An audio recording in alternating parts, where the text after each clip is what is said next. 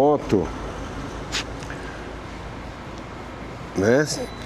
E a gente vai no Walking Dog falando sobre isso. Vamos neste domingão. E a verdade é, se você compra uma moto ou um carro, né? Você tem que ter essa preocupação com peça, é óbvio. Mas se essa for a sua maior preocupação, no caso de moto, né? Que todo mundo, Honda é Honda e por aí vai. Então você vai ter que... É isso, compra uma CG, compra uma Bis ou compra uma Pop 100.